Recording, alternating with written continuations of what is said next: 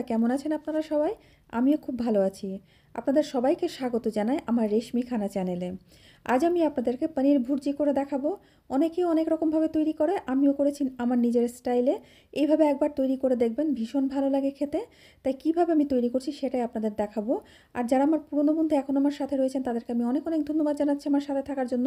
আর যারা আমার নতুন বন্ধু এখনও আমাকে সাবস্ক্রাইব করেনি তারা প্লিজ আমাকে সাবস্ক্রাইব করে দেবেন এবং পাশে থাকা বেল আইকনটা অবশ্যই প্রেস করবেন যেন আমার আপলোড করা ভিডিওর নোটিফিকেশানগুলো সবার প্রথমে আপনাদের কাছে পৌঁছে যায়। আর এই ভিডিওটা আমি আপনাদের সবাইকে প্রথম থেকে শেষ অবধি দেখার জন্য অনুরোধ করছি। নিত্য নতুন রেসিপি দেখার জন্য আমার চ্যানেলটাকে অবশ্যই ফলো করবেন। প্রথমে দেখুন আমি এখানে ছানা নিয়েছি, আমি এখানে 200 গ্রাম মতন ছানা নিয়েছি। এই ছানাটাকে আমি বাড়িতেই তৈরি করে নিয়েছি দুধ দিয়ে ফাটিয়ে। আপনারা ইচ্ছা করলে দোকান থেকে কিনে নিতে পারেন, দোকান থেকে কিনে নেওয়া পনির হলে সেটাকে আপনারা কিন্তু গ্রেট করে নেবেন।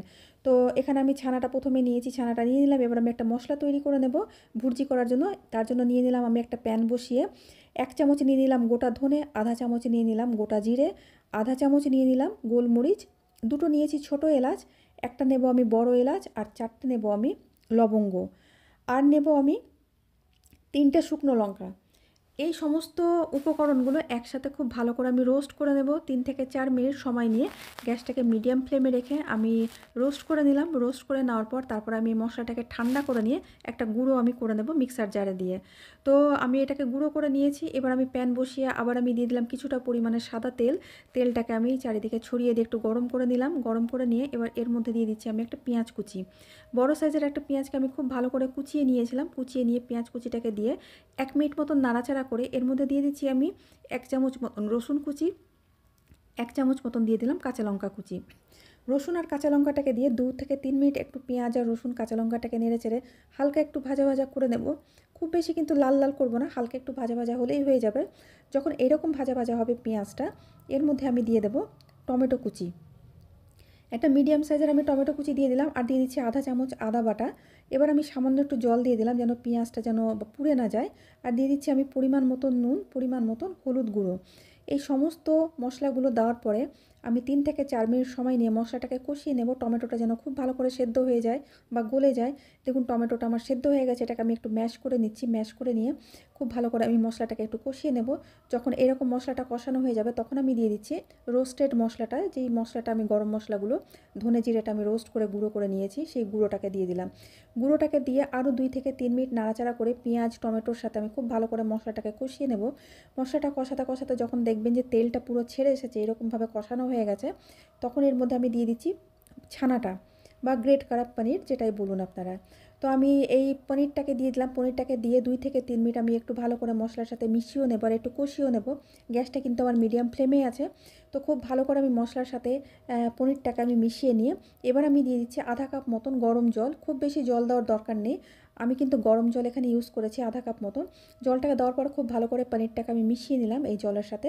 মিশিয়ে নেওয়ার পরে তারপর আমি 5 মিনিট মতন ফুটিয়ে নেব।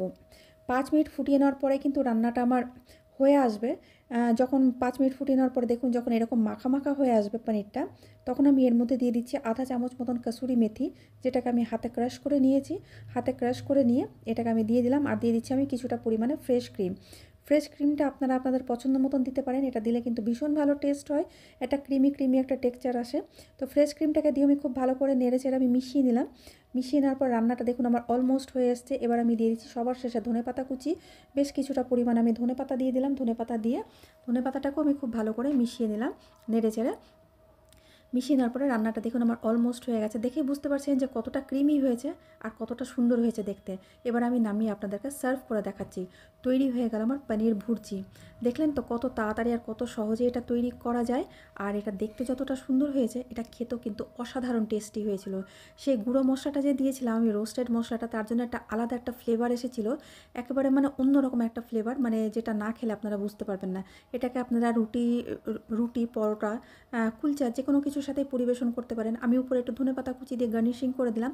তো কেমন লাগলো রেসিপিটা অবশ্যই একটা কমেন্ট করে জানাবেন। আপনাদের একটা কমেন্ট কিন্তু আমাদের উৎসাহিত করে সামনে এগিয়ে যাওয়ার জন্য। ভালো লাগলে একটা লাইক করবেন, শেয়ার করবেন।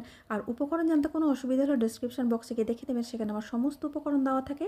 আমি আবার আসবো অন্য কোনো দিন অন্য কোনো রেসিপি নিয়ে। ততদিন আপনারা সবাই খুব ভালো থাকবেন, সুস্থ থাকবেন।